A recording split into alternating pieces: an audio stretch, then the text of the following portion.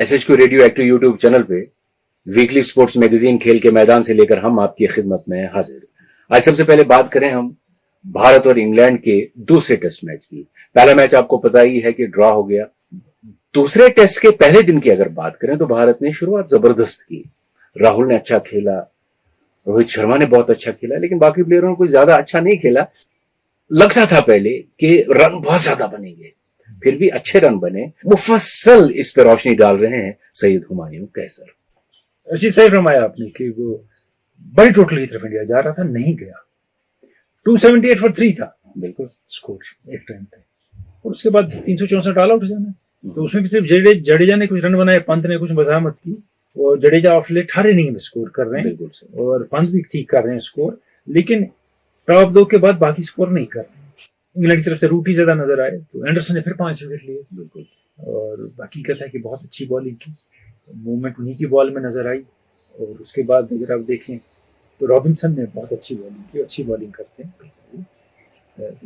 यानी वो जो टारगेट था इंडिया का 450 तक का जो लग रहा था पॉसिबल है, वो नहीं बन पाया।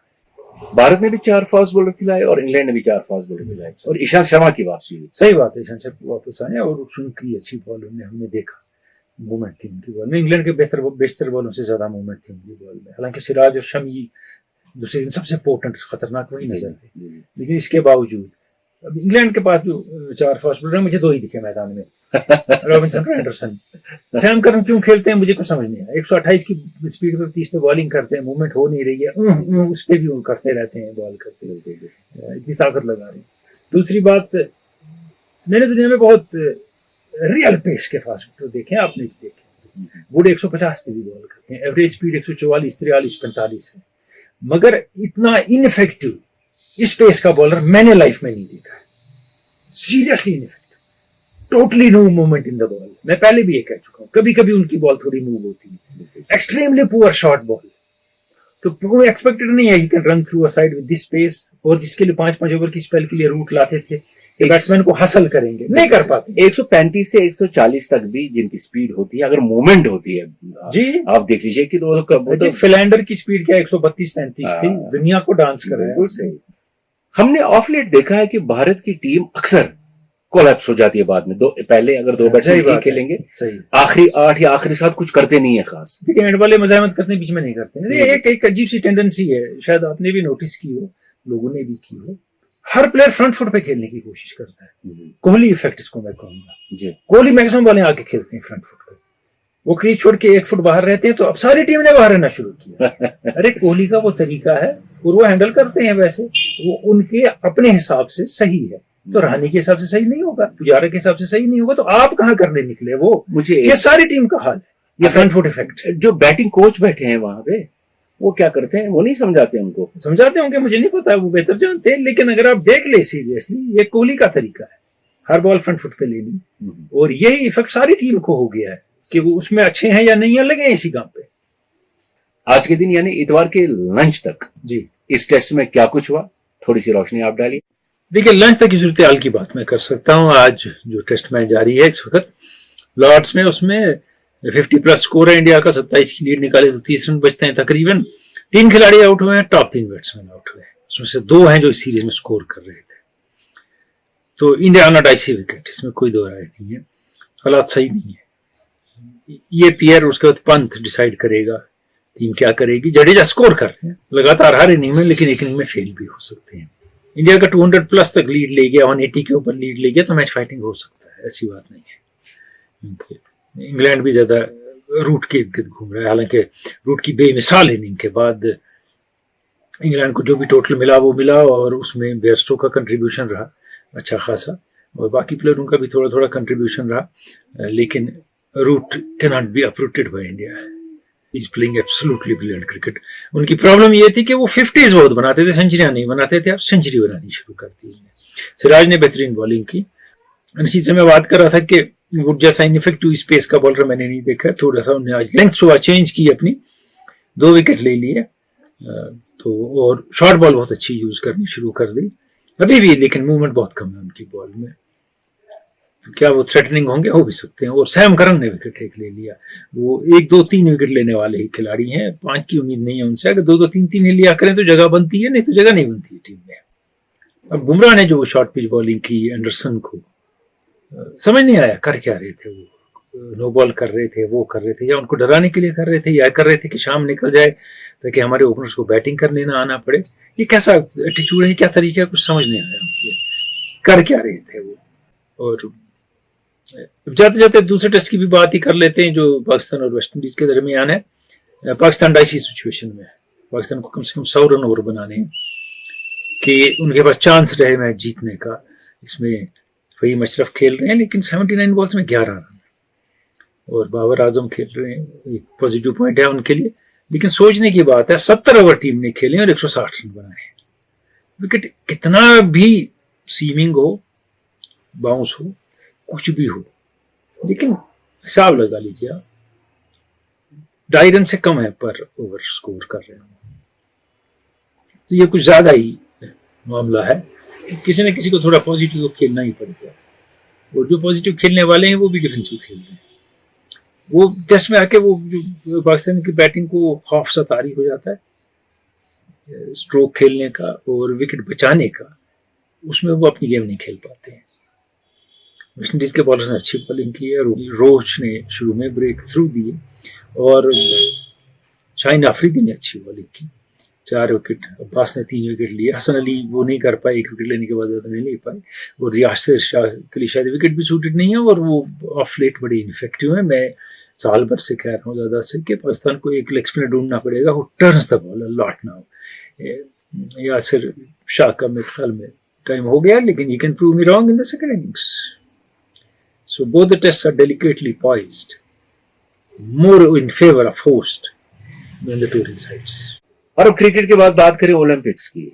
ओलंपिक्स इख्तिताम पजीर हुए और अमेरिका ने इस बार मेडल्स टैली पे अपना नाम सर फहरिस्त रखा। देखिए आखिरी दिन वो आगे निकल गए, 38-39 हो गए गोल, 39 अमेरिका यूएसए और 38 जो रहा चाइना रहा, एक पीछे रहा। अब एक इसमें एक सिग्निफिकेंट चीज है, टीम गेम्स में कुछ नहीं जीतता है चाइना, वो सारे इंडिविजुअल मेडल जीतते हैं। अब आप देखिए basketball, volleyball, handball, rugby, water polo, hockey, football, कहीं नहीं है चाइना। इनमें कुछ गेमों में अमेरिका है और ये मेन विमेन दोनों होती है। टेबल टेनिस में, बैडमिंटन में है वो, लेकिन वहां भी या तो जोड़ी खेलती है या इंडिविजुअल खेलता है। जहां 8-10 आदमी को इकट्ठे खेलना है, चाइना की एग्जिस्टेंस नहीं है। और मात कहाँ चाइना खाता है, ट्रैक एंड फील्ड में उनके एथलीट कुछ खास नहीं होती, वो स्विमिंग में जीत जाते हैं, जिम्नास्टिक्स में जीत जाते हैं, बाकी चीजों में एथलीट जहां ट्रैक में है और जहां थ्रोज वगैरह है उसमें चाइना पीछे रह जाता है और अमेरिका वहां मात देता है। बिल्कुल सही। लेकिन इस साल अमेरिका की स्विमिंग पूल में डोमिनेंस बहुत कम हो गई। मुझे एक बात बताइए, हमने पहले भी बात की थी कि इस बार के ओलंपिक जरा डिफरेंट होंगे, हटके होंगे। हमने देखा भी जब मेडल सेरेमनी होती थी तो खुद ही मेडल वो गले में पहनाते थे। तो ओवरऑल ओलंपिक्स के बारे में 2 मिनट में क्या कहेंगे? 2 मिनट बहुत ज्यादा है, मैं 30 सेकंड में बोलूंगा। ठीक ठाक तरीके से ओलंपिक इख्तिताम पजीर हुए, सही है। कुछ को मेंटल ब्रेकडाउन हुआ, प्रॉब्लम्स हुई, इश्यूज हुए और ये होंगे, कोविड भी है, बाकी हालात हैं इसकी वजह से। लेकिन बाहर टोक्यो में क्या सूरत हाल थी उसका हमें ज्यादा पता नहीं चला, लोग बिल्कुल खिलाफ थे इसके, ओलंपिक्स नहीं होने चाहिए क्योंकि फैलता जा रहा था वहां सीरियसली उस वक्त कोविड। और परफॉर्मेंस ज्यादा टॉप नहीं रही एथलीट्स में, ज्यादा रिकॉर्ड नहीं टूटे, ज्यादा ऐसी चीजें नहीं क्योंकि सब प्रेशर में थे। लेकिन टोक्यो ने ओलंपिक्स मैनेज किए और अच्छी तरह मैनेज किए, तो hats off to Japan also. एक सवाल हम प्रोग्राम में शामिल करते हैं। मुजम्मिल बशीर ने सवाल पूछा है कि ओलंपिक्स में क्रिकेट क्यों नहीं है? पिछले दिनों भी बात हुई थी कि कम ममालिक खेलते हैं, लिमिटेड स्कोप है, गेम लंबी है, अब चाहे T20 आ जाए, लेकिन इसके बगैर और भी चीजें हैं। जिस चीज को अमेरिका ज्यादा और कुछ यूरोप सपोर्ट करता है वो ओलंपिक्स में आ जाती है। स्क्वैश नहीं आया क्योंकि वो उसमें अच्छे नहीं है। बीच वॉलीबॉल आ गया, कितने अफ्रीकन कंट्री और एशियन कंट्रीज खेलते थे जब ये आ गया। सिंक्रोनाइज स्विमिंग आ गई, कितने लोग करते थे। आज वो स्केटिंग आ गई, कितने लोग करते हैं वो दुनिया में। लेकिन क्योंकि उन लोगों का सपोर्ट है जिनके से है IOC में, इंटरनेशनल ओलंपिक कमेटी में, तो गेम आ जाती है। क्रिकेट में से कम था। लेकिन हो सकता है 28 की बात हो रही है कि 28 में T20 क्रिकेट आ जाए। 24 में क्या बात है, मुझे समझ नहीं आता क्यों नहीं आएगा। मुजम्मिल मशीर ने कुछ दिन पहले हमसे एक सवाल पूछा था कि 1981 में जो अंडर आर्म बॉल का मामला हुआ वो क्या था, उस पर जरा रोशनी डालिए। डालते हैं रोशनी। बात करें 1 फरवरी 1981 की। वर्ल्ड सीरीज क्रिकेट का तीसरा फाइनल है मेलबर्न में। 52,900 तमाशाई मैदान में मौजूद हैं और मैच चल रहा है न्यूजीलैंड और ऑस्ट्रेलिया के दरमियान। मैच का आखिरी ओवर शुरू होने वाला है। न्यूजीलैंड के 7 खिलाड़ी आउट हुए हैं और उनको आखिरी ओवर में 15 रन जीतने के लिए चाहिए। ब्रूस एडगर बैटिंग कर रहे हैं 102 पे, लेकिन नॉन स्ट्राइकर एंड पे। स्ट्राइकर एंड पे मौजूद है न्यूजीलैंड के फास्ट बॉलर ब्रायन मैकेनी। बन गए 15 रन तो मैच जीत गया न्यूजीलैंड और वर्ल्ड सीरीज क्रिकेट का फाइनल। वहां से ऑस्ट्रेलिया है जिसमें रॉडनी मार्श है, डेनिस लिली है और ग्रेग चैपल उनके कैप्टन है। इस मौके पे ग्रेग चैपल अपने भाई ट्रेवर चैपल को बुलाते हैं और कहते हैं बॉलिंग करो। ओवर में क्या होता है, पहली 5 बॉलों में ओवर के 4 रन, विकेट, 2 रन, 2 रन और विकेट। अब भाई आखिरी बॉल है, अगर मैकेनी छक्का मारते हैं तो मैच टाई हो जाता है और रीप्ले होता है। WSC का रूल यही थे। और अगर किसी तरह नो बॉल या कुछ और चीज हो जाती है और फिर 6 या और रन बनते हैं तो न्यूजीलैंड मैच जीतता है। Remote chance of New Zealand winning the match. Greg Chappell उस वक्त जो फैसला लेते हैं वो तारीख में फैसला चला गया, एक अजीब सा फैसला, और जिसके बाद रूल चेंज भी हुआ। वो ट्रेवर चैपल को कहते हैं कि अंडर आर्म बॉल करो, और Trevor Chappell Ian Chappell Greg Chappell के सबसे छोटे भाई हैं। लेकिन अगर आप अंडर आर्म बॉल करना चाहते हैं तो दोनों अंपायरों को अपने मुतल्ला करना है। उन्हें दोनों अंपायरों को बताया कि ये अंडर आर्म बॉल करेगा। रूल्स में था, रूल्स के खिलाफ नहीं था। अब अंपायर के साथ प्रोटोकॉल तो ग्रेग चैपल ने पूरा किया, लेकिन बात जब देखा अंपायर्स ने क्या की है और रिएक्शन देखे तो जेफ हावर्थ न्यूजीलैंड के कैप्टन थे मैदान में आ गए। उन्होंने कहा कि अंपायर्स को कि ये रोक दिया जाए, ये ना करने दिया जाए, क्योंकि under arm ball English tournaments में इलीगल है। लेकिन मैच ऑस्ट्रेलिया में हो रहा था। जब ट्रेवर चैपल बॉल करने को तैयार हुए, ब्रायन मैकेनी ने स्ट्राइक लिया तो रॉडनी मार्श ने कहा ट्रेवर चैपल को डोंट डू इट। वो चाहते थे ये ना किया जाए। और डेनिस लिली जो फील्डिंग कर रहे थे आउटफील्ड में, वो सर्कल के या जो मार्जिन्स थे जिसके अंदर फील्डर्स को रहना था नहीं आए, वो इसके बाहर ही रहे। ये कहा जाता है उनका वे ऑफ प्रोटेस्टिंग। बॉल हुई अंडर आर्म बॉल की, ट्रेवर चैपल ने, मैकेनी ने बॉल रोकी और बैट डिस्कस्ट में फेंका और ऑस्ट्रेलिया मैच जीत गया और वर्ल्ड सीरीज क्रिकेट का फाइनल जीत गया।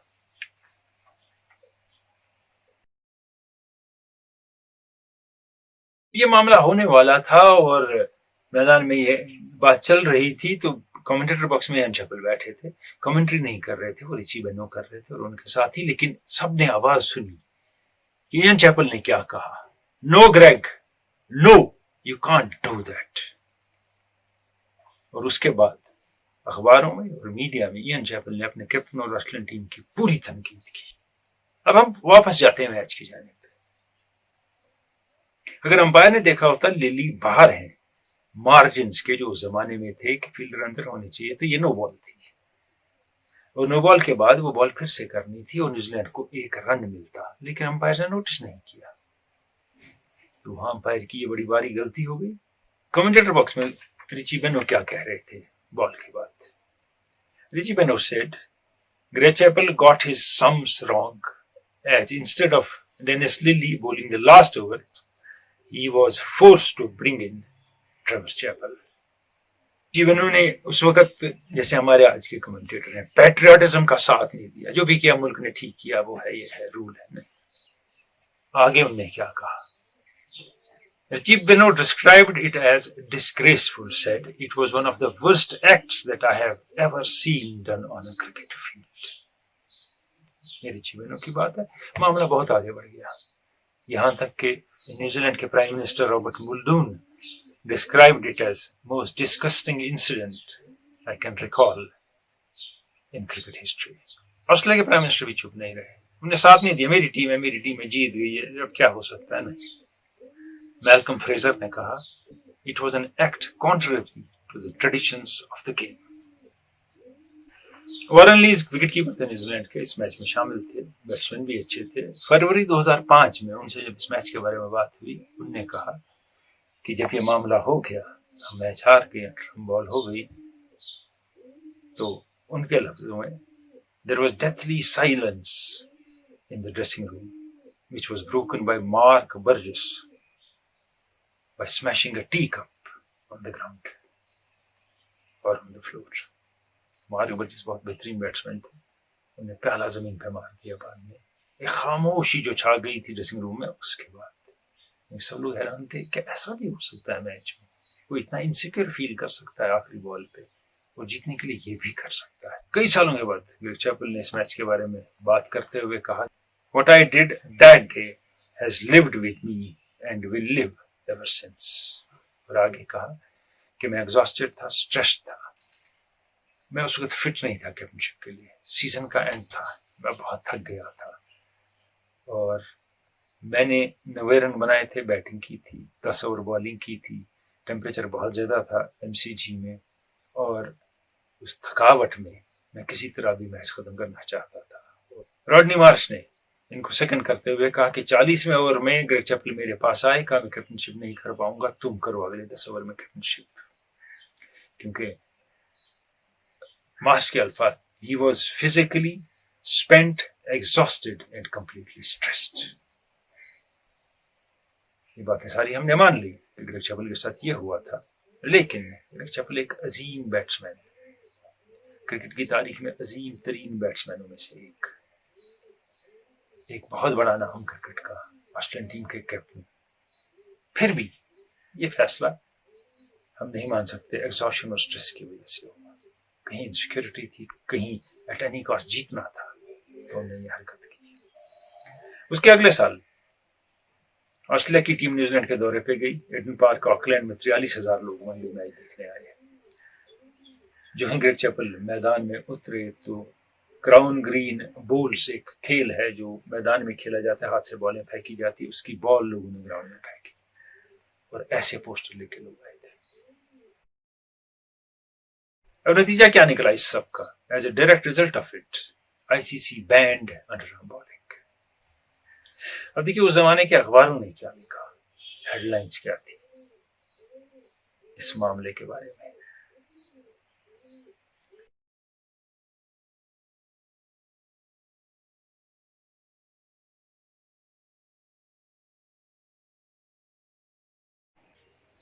एक और सवाल लेने से पहले बात करेंगे मेसी की। बार्सिलोना ने उनको निकाल दिया और वो आ गए अब पीएसजी।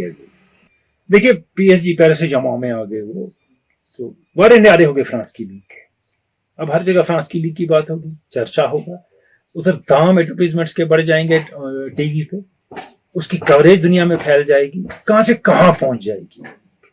लेकिन इससे पहले जो फेयरवेल मिला बार्सिलोना में मेसी को, वो तारीख में फुटबॉल की नहीं देखा गया। और मेसी कितना रोए ये भी नहीं देखा गया। इतना बड़ा स्टार, उन्होंने कहा मैंने अपनी फीस 50% कम कर दी थी बार्सिलोना के लिए कि मैं नहीं जाऊंगा, तुम्हें प्रॉब्लम है फाइनेंशियल, और वो एक कैप है, इससे ज्यादा पैसा खर्चे हुए प्लेयर मैदान में नहीं होनी चाहिए, ला लीगा ने बनाया है, मैं उसके अंदर रहना चाहूंगा।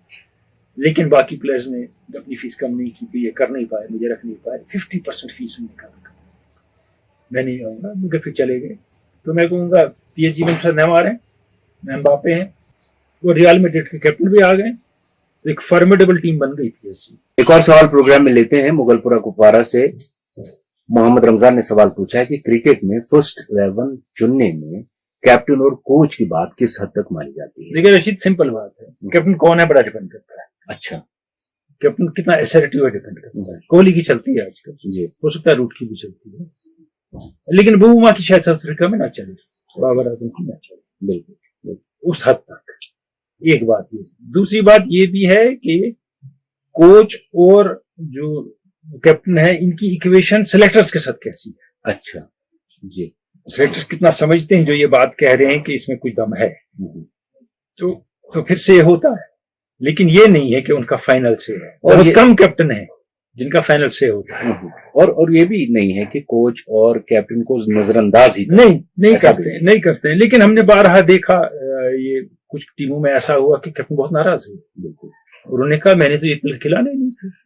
जट पठान ने सवाल हमसे पूछा है कि शाहीन अफरीदी और बुमराह में आपको क्या लगता है कि कौन बेहतर है? एक राइट आर्म फास्ट बॉलर, एक left arm fast bowler. Pace दोनों की बहुत है, थोड़ा डिफरेंस है, लेकिन बुमराह को ज्यादा टाइम हुआ, उन्होंने अपने आप को ज्यादा साबित किया है उस सेंस में। मगर जिस रफ्तार से शाहीन अफरीदी आगे बढ़ रहे हैं वो सारी दुनिया से मान रही है। फास्ट बॉलिंग का फ्यूचर स्टार जो है वो अफरीदी है, and for a long time very good. और अफरीदी से मुझे याद आया कि पाकिस्तान और वेस्ट इंडीज के दरमियान पहला टेस्ट चल रहा है। सही बात है, पहली टेस्ट में फर्स्ट इनिंग में पाकिस्तान ने स्कोर नहीं किया, वेस्ट इंडीज ने थोड़ी लीड भी ली। और उसके बाद ये भी था कि देखिए ओपनर तो बिल्कुल नहीं चलते पाकिस्तान के जी, इमरान भट्ट और आबिद अली नहीं चले, और उसके बाद बाबर आजम और थोड़ी सी अजहर ने अली ने मजामत की, लेकिन अजहर अली जो शेल में चले जाते हैं 70 बॉलों में 10 रन बनाने, टीम भी डल हो जाती है और उनके कैलेवर का बैट्समैन ज्यादा स्कोर नहीं कर पाता है। इनको बचाया किसने? जो पिछले 2 साल से इनको बचा रहा है, फवाद आलम और फहीम अशरफ की बैटिंग में। फहीम अशरफ रन आउट हो गए तो स्कोर थोड़ा ज्यादा हो जाता है, लेकिन कम बैक मोहम्मद अब्बास का रहा इसमें, उन्हें विकेट लिया, बहुत देर के बाद आए, इंजरी के बाद आए थे तो उनकी बॉलिंग में कोई दम नहीं रहा था, लेकिन इस बार दम दिखा, मूवमेंट। एक जमाना था जब हम ख्वाब में भी नहीं सोच सकते थे कि किंगस्टन जमैका में मैच होगा और एशियन टीमें जीत पाएंगी आसानी से, लेकिन आज मौका है, बिल्कुल है, मौका है। ये वो वेस्ट इंडीज नहीं है, बट ये पाकिस्तान भी वो ये भी है, ये भी रीबिल्डिंग में है। वो थोड़े कुछ नए प्लेयर हैं, कुछ वापस आए हैं, सेटल्ड बहुत कम प्लेयर हैं। जैसे जो इंग्लैंड का हाल है कि इंग्लैंड की जो टॉप बैटिंग लाइन है 25 से 27 एवरेज है बैटिंग की, बट फॉर रूट इंडिया में जडेजा की और पंत की भी उनसे ज्यादा है। तो पाकिस्तान में भी अजहर अली और बाबर आजम के बगैर फवाद आलम की, बाकी की तो एवरेज 20-25 बैट्समैन खेलते हैं। तुर्कवांगम शोपियान से हमारे मुस्तकिल सामने मुश्ताक लोन ने सवाल पूछा है कि कॉलिन मनरो को न्यूजीलैंड ने T20 आलमी कप के प्रोबेबल्स में भी नहीं रखा है और ये इशारा मिल रहा है कि शायद वो रिटायर हो जाएंगे। आजकल प्लेयर स्टेजेस में रिटायर होते हैं, हो सकता है न्यूजीलैंड के लिए रिटायर हो क्योंकि उनकी स्कीम ऑफ थिंग्स में नहीं है, उनके ज्यादा प्लेयर हैं, मगर T20 लीग्स तो खेलेंगे क्योंकि अपना करियर प्रोलॉन्ग करते हैं। सिर्फ पैसे की बात नहीं, खेलने का शौक भी होता है, सिर्फ पैसे की बात ना करें, शौक भी होता है, और अगर फिट हैं खेल सकते हैं और उनको टीमें ले सकती हैं तो वहां तो खेलते रहेंगे। वाजिद गुलजार ने बाड़ीपुरा से सवाल पूछा है कि क्या पुजारा टीम के लिए अब लायबिलिटी बन गए हैं और द्रविड़ के साथ उनका मुकाबला करना मुझे सही नहीं लग रहा है। फिलहाल लग रहा है यही कि 6,000 रन 5,000 रन ठीक है, अच्छा खेलते थे, लेकिन एक पीरियड आता है जो आपको रेस्ट की जरूरत है, और अगर आपके पास बाहर ऑप्शन अच्छे हैं तो आपको रेस्ट देना चाहिए। शायद पुजारा उस स्टेज पे पहुंच गए। रहाणे के भी हालात कुछ ऐसे ही हैं, हालांकि ऑस्ट्रेलिया में सेंचुरी बनाई रहाणे ने, लेकिन वो सेंचुरी या उसके बगैर कोई स्कोर नहीं। और द्रविड़ के साथ इनका मुवाजना सही नहीं है, इनका पीरियड ज्यादा दूर का नहीं है कि 25-30 साल आगे पीछे नहीं है, लेकिन ये है कि कितने लंबे अरसे तक द्रविड़ ने खेला और कितने लंबे अरसे तक डिलीवर किया, तो और किस लेवल पे। देखिए पुजारा चले कुछ लिमिटेड कंडीशन में, कुछ साउथ अफ्रीका में स्कोर किया, कुछ ऑस्ट्रेलिया में किया है, कभी न्यूजीलैंड में नहीं चले, कभी इंग्लैंड में नहीं चले, इंडिया में स्कोर किया है। और एक पीरियड आया था, आपको भी याद होगा, द्रविड़ सिर्फ बोल्ड हो रहे थे, इंग्लैंड भी एक टूट पे गए तो बॉल ही हाथ नहीं आई, बोल्ड होते रहे, लेकिन फिर कम बैक क्या किया जबरदस्त। जो लास्ट टूर इंग्लैंड का था, सारी इंडियन टीम पिट गई, उन्हें 3 सेंचुरियां बनाई, याद है। तो इसलिए थोड़ा कैलिबर में डिफरेंस है। वो भी रुक के खेलते थे, लेकिन ये रुक ही जाते हैं। चंद हफ्ते पहले वाजिद गुलजार ने एक हमसे बात पूछी थी कि एक शूटर हुआ करते थे कार्लोस टेकोस, तो उन्होंने कहा था कि वो भी, उनकी स्टोरी भी उतनी दिलचस्प है जितनी ऑल्टर स्टोरी। हाँ सही बात है, उतनी इंस्पायरिंग है कार्लोस टेकोस की जितनी उनकी स्टोरी है। तो स्टोरी है क्या, आपने इस तरफ हमारा ध्यान दिलाया, हम सब तक वो स्टोरी पहुंचाएंगे। 1934 में 22 साल की उम्र का एक पिस्टल शूटर इमर्ज होता है, नाम कार्लोस टेकोस। 1936 में टेकोस ऑलरेडी एक रिनाउंड शूटर थे और सब उम्मीद कर रहे थे कि बर्लिन ओलंपिक्स में अगर गोल्ड कोई जीतेगा 25 मीटर रैपिड फायर शूटिंग में तो टेकोस होंगे।